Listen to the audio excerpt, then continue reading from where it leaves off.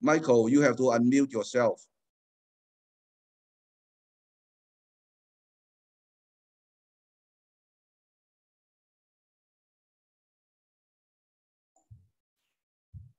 大家好，聽到嗎？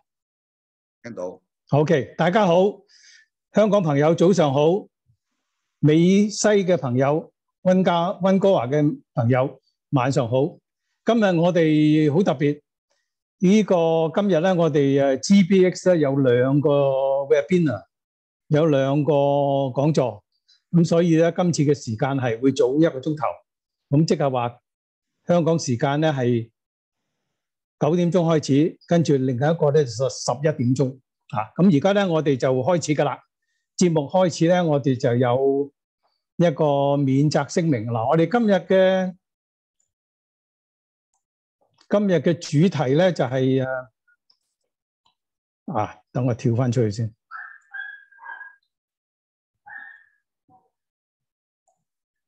今日咧我哋嘅主題咧就係氣候變化嘅影響，咁我哋有榮幸咧請到 Dr. Lee 美國嘅教授、美國嘅博士嚟主講。睇唔睇到嗰個 share screen 啊？我再打個出嚟啦，對唔住啊，正話有啲混亂。係好啊，今日我哋好榮幸咧就請到Dr. Mary Lee 係一個美國嘅環保博士，就講下呢個氣候變化影響同埋我哋嘅對策啊。咁而家喺未講之前咧，我有少少公佈，就係有少少免責聲明，就係話我哋講者所有一切嘅言論咧，係本平台係冇任何嘅責任嘅。另外咧，本節目咧就會有錄音錄影，咁咧就係將來咧係喺呢個網上可以再睇翻。咁我嘅聲明咧就到呢度結束㗎啦。咁我就開始咧就介紹 Dr. Lee 啦。咁啊 Dr. Lee 咧就係喺環保方面咧，由呢個大學開始咧就已經係好關注呢一個議題㗎啦。咁所以因此咧，佢就大學畢業之後咧就走咗去美國，就專讀呢個環保嘅。咁亦都因為優秀嘅成績咧攞到獎學金啦，亦都咧就係被邀請入咗去聯合國裏邊做事嘅。咁而家咧佢就翻咗去深圳㗎啦。遲啲咧佢又有攞到獎學金咧，又去美國讀呢個環保嘅。咁所以咧佢嘅歷程咧都係俾我哋啲年青人一個好大嘅參考嘅。好啦，咁我而家就開始要介紹下 Dr. Lee 啦。Dr. Mary Lee， you have to open your mic. Yeah, not yet. You have to unmute yourself. Yes. Okay, everyone can hear me? Okay, yes. Good. Thank you so much for this very warm introduction for me. And it's really a privilege for me to give the presentation about how the climate change that influence the natural resources and how United Nations deal with the climate change and how China, the whole country, deal with the climate change from no matter from policy, but from the industry or from all sectors as well. Okay, and I know that there will be a lot of colleagues and friends from environmental sector, from private sector, also probably also from the international organization sector. So I would like my presentation is just like an introduction, and do please share your suggestions and advice at the end of the presentation. 就是非常感谢大家今天来听我的这个 presentation， 希望我的演讲呢起到一个就是抛砖引玉的作用，也希望和各位同仁一起来探讨这样的一个问题。Okay, I think now that shall we start? Yes. Okay, lovely, thank you. So my WeChat is, this is my contact information. And thank you so much that if you can reach out to share more of your suggestions, anything. Okay, great. Next slide, please. All right, today that I would like 4 parts of my presentation. The first is my personal background, my education and working experience. And the second part is why we care about the climate change, which means what is the influence of climate change on the natural resources. And the third part is how United Nations deal with the climate change. And the fourth part is how China, especially the governance, deal with the climate change. Okay, great. Next slide. Thank you. Okay, so my education background, I got my bachelor degree from Hohai University, especially from the Department of Hydrology and Water Resources. And the thesis, my bachelor thesis is about what is the influence of groundwater on the infiltration and the runoff ratio for the river. And then I moved to United States to get my master's degree from Lehigh University. And my master thesis is about what is the influence of climate change on the crop production across the United States. And then I got my doctorate degree from the Civil Engineering Department, also in Lehigh University. And my thesis of doctorate degree is what is the influence of climate change on the hydrological process for the flooding in the United States, and how the climate change just changed the flood timing in the United States. And it was such a privilege for me to get the Bristol Award from the American Geophysics Union, because this award only get the 5% of international students to get this award. Okay, so next slide. I have to say that I was very, very lucky to be a part of the United Nations. And how can I get into the UN? This is one thing that I would like to share, just in case you are interested. So at the last half year of my PhD degree, that I know that there was a collaboration between United Nations and the Lehigh University, which means probably once a month that Lehigh University will get a group of students to go to United Nations to join meetings and write reports, something like that. So at that time, I was very interested about this. So I just go to the, so I just went to the United Nations and joined their meeting, and I feel that, well, I really like the working environment. And so I just applied 2 and 3 internship, and then very lucky to get the internship to work for the United Nations Environment Program in the New York liaison office. So when I was an intern there, normally I did several kind of work. So the first is I need to support the climate security mechanism, which is a joint initiative between UNEP, UNDP, and the DPPA, and assisted the development of the UN framework for climate-related security risk assessment and toolbox.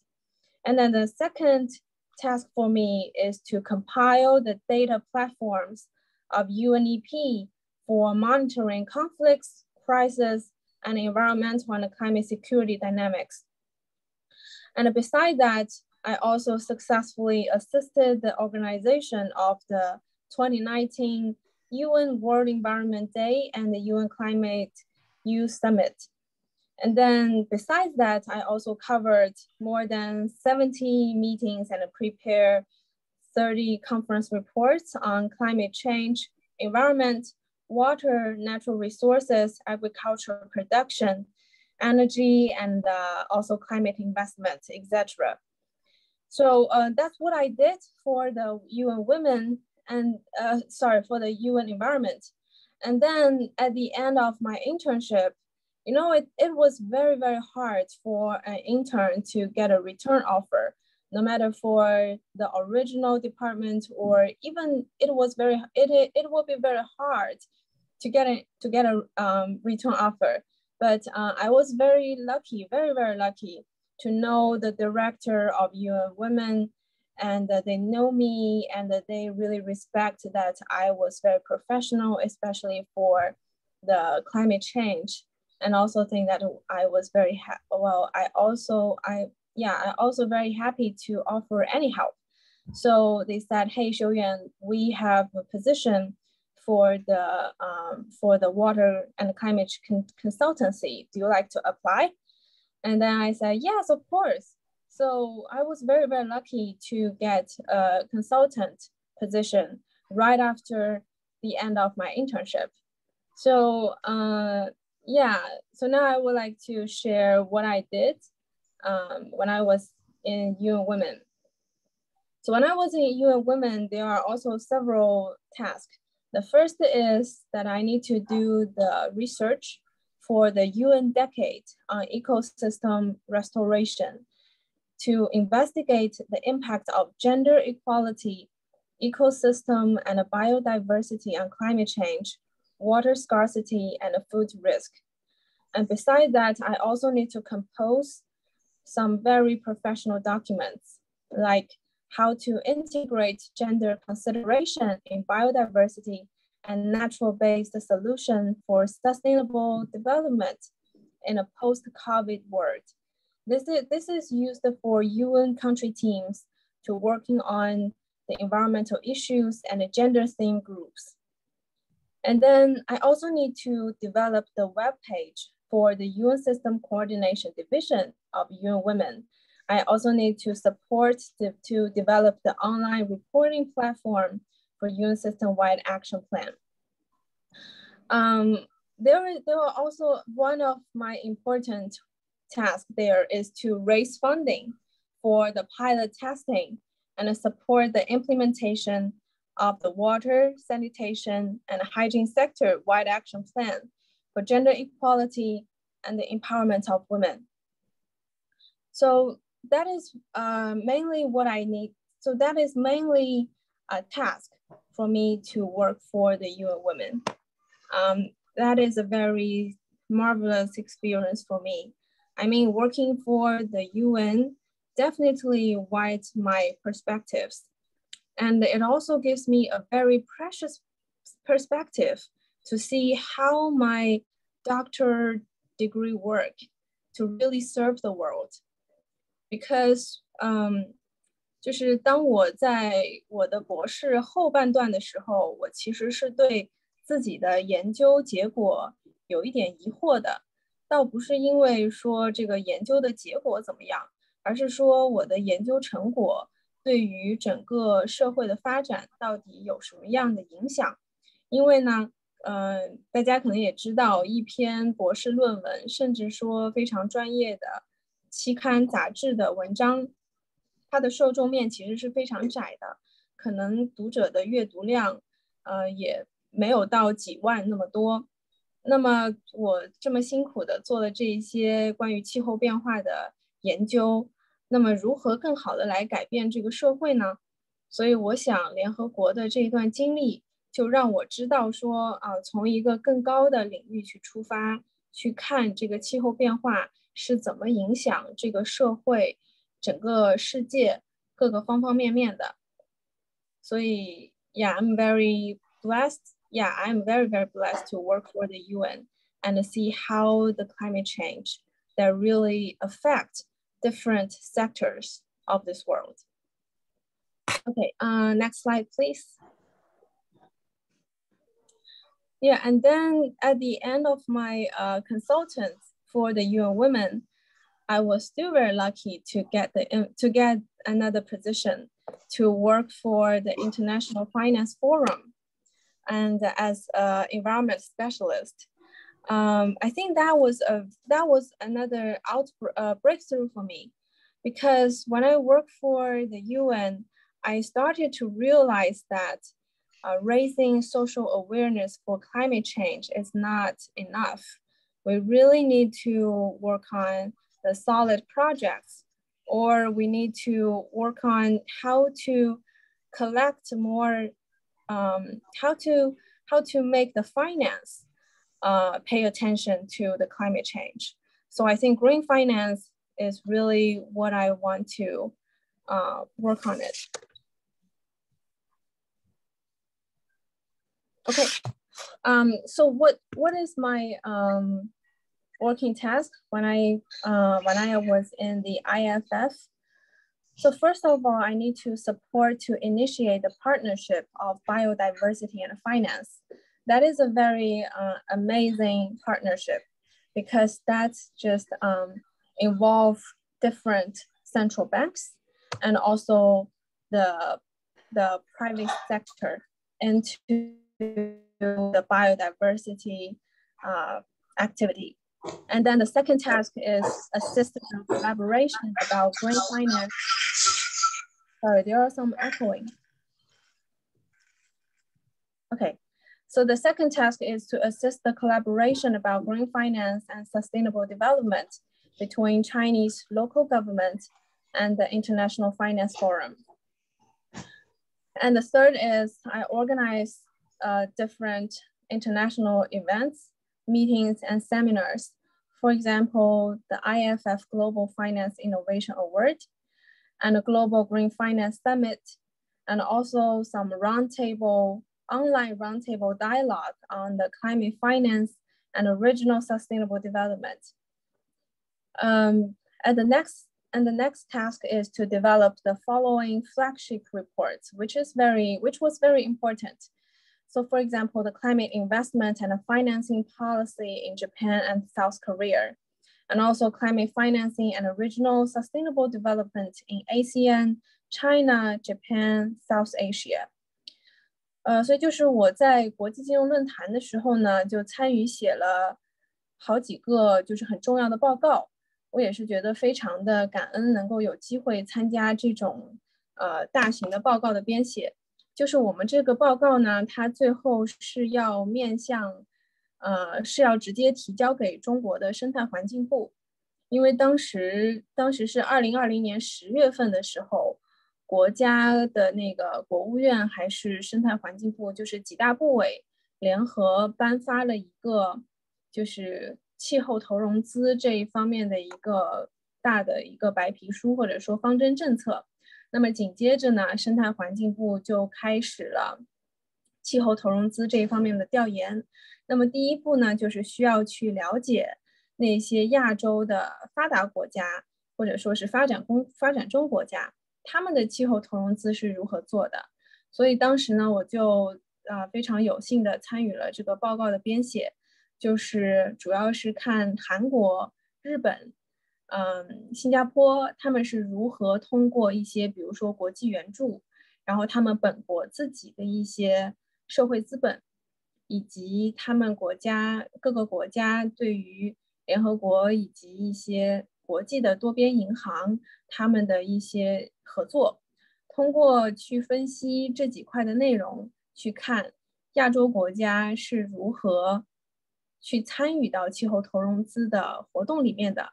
然后最后呢，我们也给中国政府，尤其是生态环境部提供了8大条建议，就是说如何从无论是意识的提升，然后从政府的层面，然后再从社会资本的层面，再从一些具体产业的层面，去共同去激发我们国家气候投融资的这样的一个进程，最后来扭转气候变化。Okay, I think that would be next slide. Thanks. Okay, now we move to the part that's why people care the climate change. Why even the United Nations care about it. So here I will give seven bullet points, which is how the climate change influence the natural disasters. So the first is the climate change will really influence the atmospheric resources, because the climate change is because of the increased level of carbon dioxide. So the heat of the heat of the sun, it can reach to the earth, but it will be very hard for the heat to go outside of the earth. So which means it's kind of like a greenhouse effect. But you know that the atmospheric pattern of the earth, they already been fixed for more than 1,000 years, for a very, very long time. So this atmospheric pattern, they will be affected and heavily influenced by the climate change, which means we will have more hurricanes and more natural disasters like floods and droughts. Because you have to know that the floods, the droughts, they happened because of the destruction of the atmospheric, the hydrologic process. Okay, the next slide, please.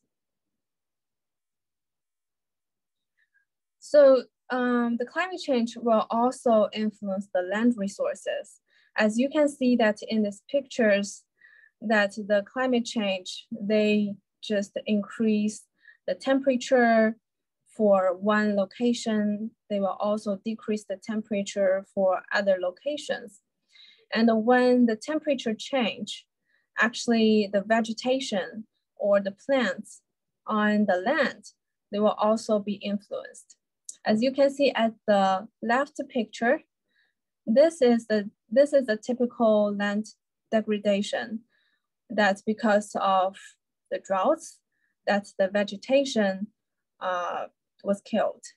So 这就是气候变化对于水土流失，以及对于这个甚至说它的土壤沙漠化，都是有一个很严重的一个影响。And next slide, please. So the third one is the climate change really did a bad influence on the water resources. So we know that the water quality, so when we talk about the water resources, we talk about two things. We mainly talk about two things. The first is water quantity, right? The floods and the droughts. And then we also talk about the water quality, which means how this water can be used.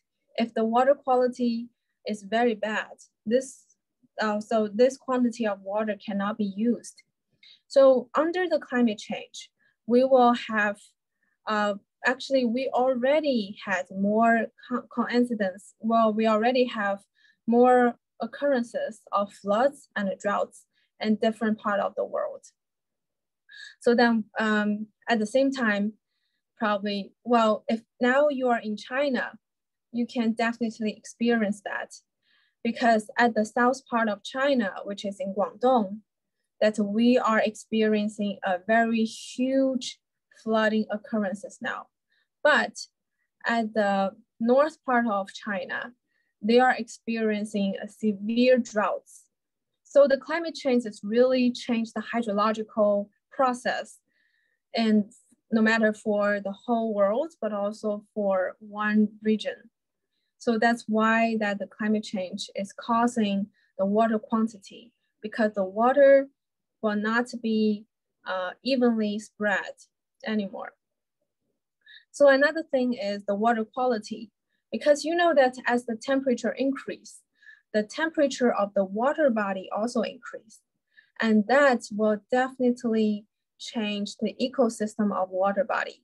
So for example, especially the microorganism, because you know that the microorganism is kind of like, well, it's very important. Well, it's just like human body. If the microorganism in your inner organ, especially for 大肠, 小肠, if the microorganism is influenced, then the whole body feel very bad. 所以就是像一个肠道一样，如果这一个里面的菌群它是不健康，或者说是受到紊乱的话，其实整个人体它都是要生病。这就是有一点类似于说，现在我们的水体因为气候变化，它的这个水温会升高，那么就导致它里面的一些生物的菌群会受到非常大的一个紊乱。那么菌群一旦紊乱的话，它这整个的生态系统它就必然会紊乱。比如说它水体的自净的能力，the self-purification ability of the water body， 就是它会不断的下降。所以大家就可以看到像左下面这一幅图，就是它这个是水体的自净能力就很差了，它不仅仅里面自己的鱼就死亡，还有一个就是它的一些污染物没有办法自己去降解。还有一个很重要的原因就是因为这个气候，因为这个水温的升高，所以它水体里面的溶解氧也是在不断下降。那你溶解氧下降的话，水生的生物它适应不了，就会产生像鱼类啊这些水生生物的一些死亡。So that also means that the increased temperature of oxygen, the increased temperature will decrease the dissolved oxygen in the water body, which means will give a bad influence of the water quality. Okay, so the next slide. And the climate change will also definitely decrease the forest resources. As you can see that in these two pictures, that the tree mortality, the forest reduction, and the desertification has definitely happened more and more, especially under the climate change. So for example, so in the Australia and also in the Brazil, as the increase of temperature, so the temperature of forest also increase. And especially if they are facing a droughts, the frequency or the occurrences of the forest fire increase dramatically. And also we can see that's why the tree mortality increase, because the temperature will boost the insects. 所以就是气候一旦提高的话，它这个昆虫灾害的一个影响，或者说昆虫灾害的发生也会更深的提高。那么这个昆虫就会大量的去腐蚀这个森林的资源，也造成了森林资源它的一方面的这个降低。Okay, for the next slide. And then that we know that the climate change will definitely also did very bad influence for the agricultural resources. So when we talk about the agricultural resources, we also talk about two things. One is the crop production, and the other is the crop quality. So that once the climate change, they will decrease the water quantity for irrigation. And you have to know that the irrigation is very critical for crop production, right? So when we do not have enough irrigation water, which means the crop production will also decrease very badly.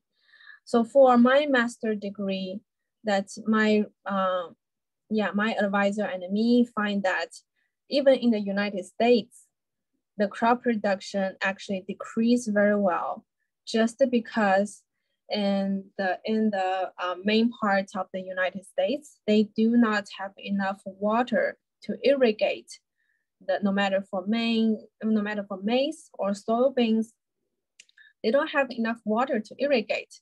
So the crop production of that, they just decrease very well.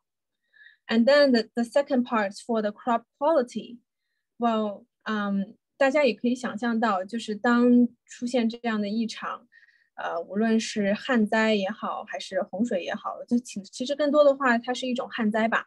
就是当一场旱灾来临的时候，没有足够的水资源去灌溉的时候，那么这个它的这个粮食的产量还有粮食的质量是大量的下降的。那么还有一种影响就是这个气候变化使得其实像这种各种的像比如说蝗虫的灾害，各个这种也是insect 的灾害其实是大幅上升的。那么无论是这种蝗虫灾害也好，还是其他的自然灾害也好，其实对于我们的这个农业的粮食产量、粮食质量都是有很大的一个影响。Okay, next slide, please. And the next is for the animal resources. So when we talk about the animal resources, we also talk about several things. The first is what is the biodiversity? And then what is the animal population? Because as you can see, 其实对于像大家可能对于像北极熊这一个物种，大家已经很清楚了。那就是说，在气候变化下，它北极的冰盖，它大部分的话就是消减的很厉害。那么非常多的这个北极熊，它其实是处于一个溺死的状态。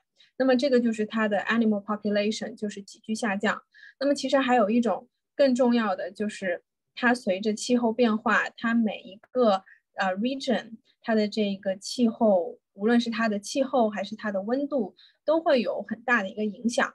那么呢，就是说它的这个生态的生物多样性也会遭到就是重创。然后就是下一个 PPT。Yeah, next slide, please. And then the last is for the human resources.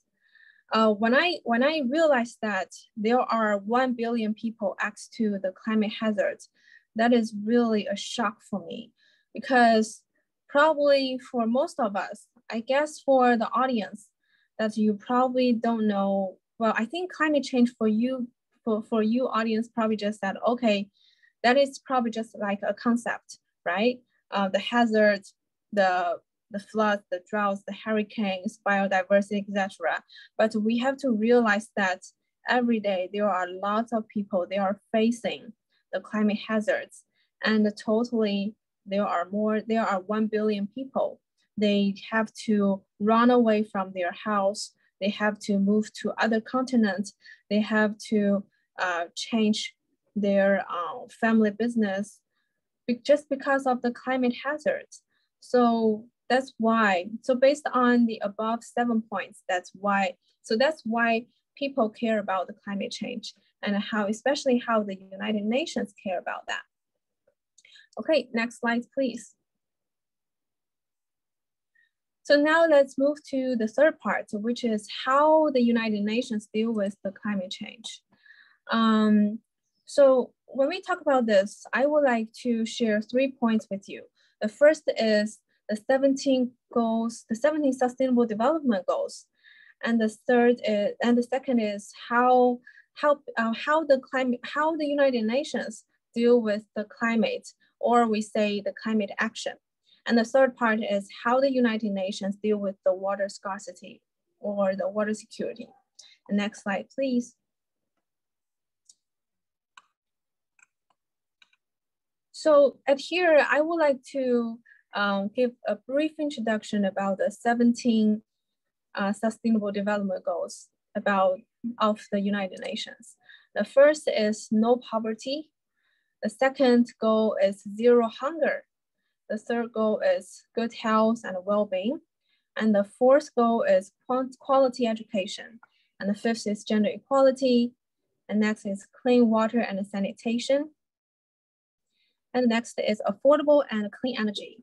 And then it is the earth is decent work and economic growth. And the ninth is industry innovation and infrastructure. And the 10th is reduced inequalities. The 11th is sustainable cities and communities. And the 12th is responsible consumption and production. And the 17th is climate action. And the 14th is life below water. And the 15th is life on land. And the 16th is peace, justice, and a strong institution. And the 17th is partnership for all 17 goals. And I think you already realized that there are several goals that are closely related to the climate change. For example, the first goal, no poverty, and the second goal, no hunger, and the sixth goal, the clean water and the sanitation, and the 13th goal, which is climate action, and the 14th, the life below water, and the 15th, life on land. So when United Nations talk about the climate change, they actually talk about the climate actions and also the clean and the water sanitation. Okay, so now I would like to introduce how the UN deal with the climate action. Okay, next slide, please. At here, I strongly recommend one website. So this website is kind of like a coordinated website that just collects all informations that how the UN coordinately deal with the climate change from different parts. As you can see here, they from the policies and also the solid actions and also some initiatives between UN and the other organizations.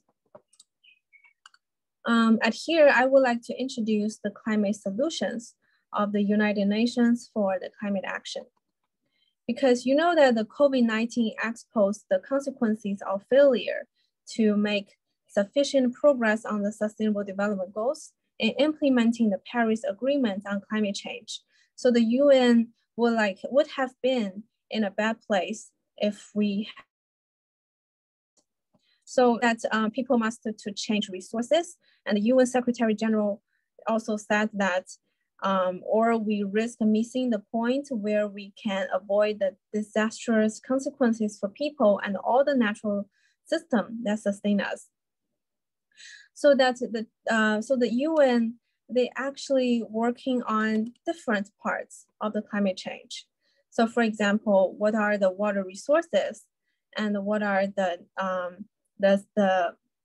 energy resources, and then how the gender equality can influence the climate change, and how the climate change influence the gender equality. So I strongly recommend that you guys just check this website. 就是强烈建议大家可以去看一下这样的一个网站，因为这个网站呢，它是把基本上联合国所有的这一些从政策端到中间的这一些就是各个 governance 是怎么样去解决，以及一些更加细致的一些 policy， 一些更加细致的一些 initiative， 它都放在这一个网站里面。给大家看一下，比如说这个雄心勃发，它下面就会涉及到气候融资、净零的排放，然后气候变化适应的策略，以及一些如何更好恢复的这样的一些事例的分享，以及一些可再生能源，就是这一方面的一些 policy。然后呢，在这里它是有一些第二个就是它有一些行为一些解决的方案，就比如说联合国自己正在推的一些解决方案，比如说气候解决方案、气候行动倡议，然后奔向零碳、改变之声。其实大家如果感兴趣的话，在这里面肯定都会找到你所希望，甚至说跟你现在所相关行业有接入点的这样的一个联合国的这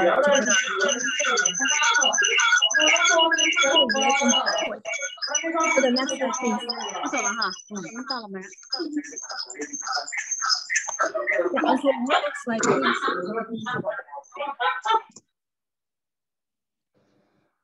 Next slide, please.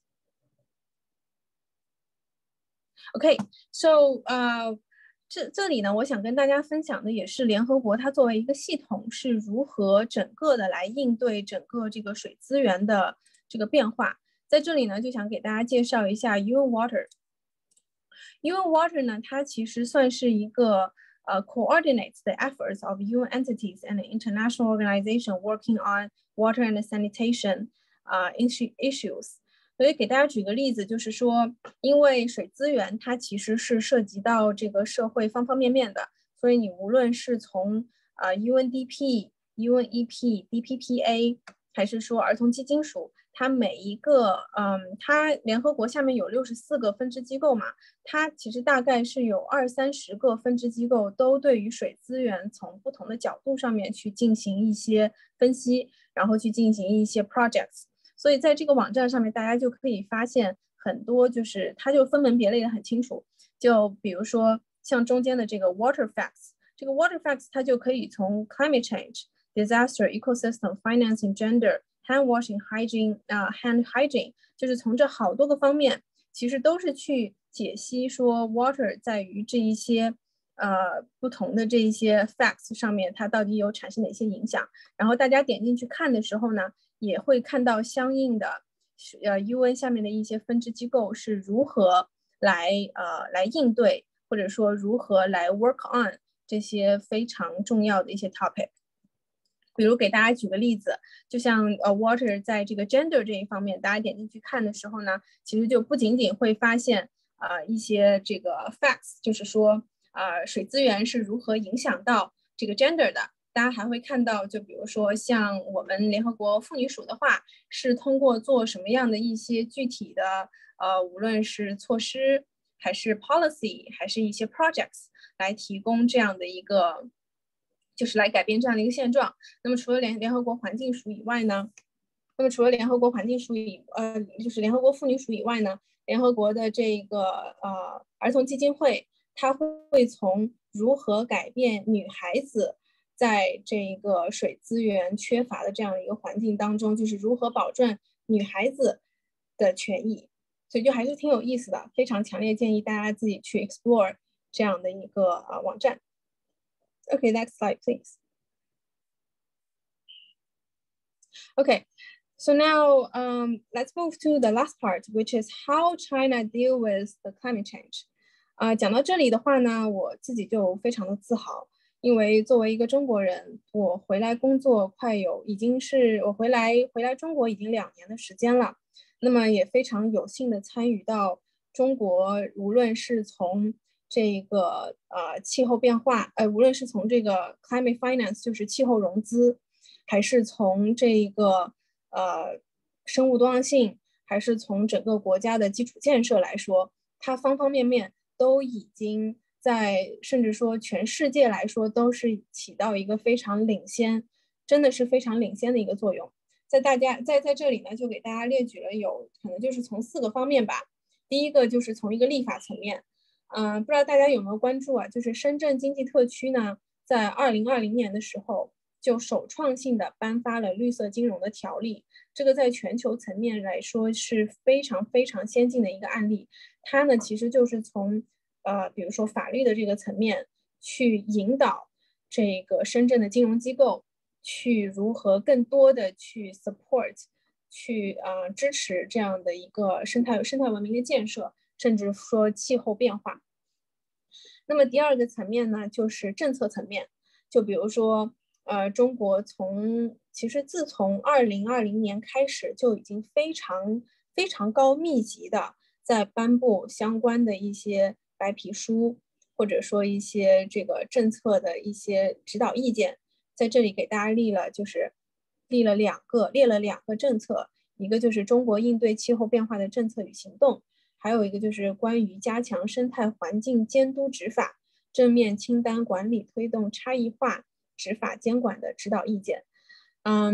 就是从这个政策方面呢，其实还有一块就是中国它作为一个国家来说，在国际层面上面，从很多的联合国的大会，甚至说一些气候领袖的会议上面来说，习近平主席已经3番5次的做了非常郑重的承诺，就是说中国积极的来参与气候变化这样的一个行动，而且承诺2030年达到碳达峰，2060年达到碳中和，这样的一个非常强有力的承诺，其实在所有国家的这样的一个领导层来说也是非常罕见的。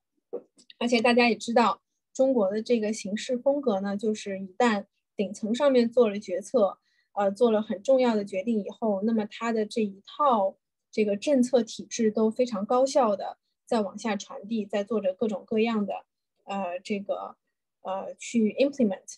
所以第3个呢，也跟大家在这里分享，就是国内现在因为它有这样的一个政策的一个指导意见嘛，所以它下面就比如说碳减排、风电光伏、新能源，它的这些项目呢，就是现在上的非常多，因为国家不仅仅从国务院开始，就已经就是对于这个行业，它无论是国家的这一些补贴的政策、税收的政策，还是说什么贷款的这些利率的利息的这一些非常利好的政策，都是在往这一些方面在倾斜的。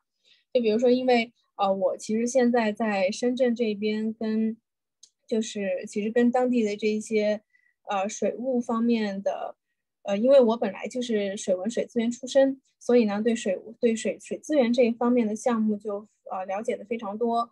其实在6月17号还是6月7号的时候，国家的国开行就是国家开发银行跟那个中国水利部就签了一个战略合作协议，意思就是说它可能对于接下来这些大型的政策性的银行，对于这一些基础建设，尤其是水利这一方面的基础建设，它给的这一个政策是非常好的。一个就是它的那个利率很低，就是展现的方式可能就是一个它的利率很低，还有一个就是它贷款的时间会非常长，甚至都可能达到30-40年这样子。那么还有一个中国这一方面呢，就是一个国际合作。比如说，虽然说中国现在它讲究内循环和外循环，就双循环嘛，但是大家可能也了解了，就是现在这个国际的形势呢，可能有一些紧张。那么就算在如此紧张的这个环境情况下，中国还是以气候变化作为抓手，去积极的推进国际气候方面的合作。比如说比利时中国环保创新合作论坛在北京举行，然后呢，中国老挝也已经就是建了一个低碳示范区的合作项目。那么通过这些合作项目呢，中国一方面把自己的一些好的技术，一些减碳的一些生态环保的技术输出到国外，那么帮助国外没有技术或者没有资金，甚至说没有这个科技人员的这些国家，来帮他们去搭建这样的一个好的平台。对，这就是差不多就是我今天的演讲的内容。然后呢，就谢谢大家的倾听。然后在这里也起到一个抛砖引玉的作用，目的还是想引大家有更多的一起来探讨。如果有任何问题的话，非常欢迎。Okay, my presentation is over. Thank you so much.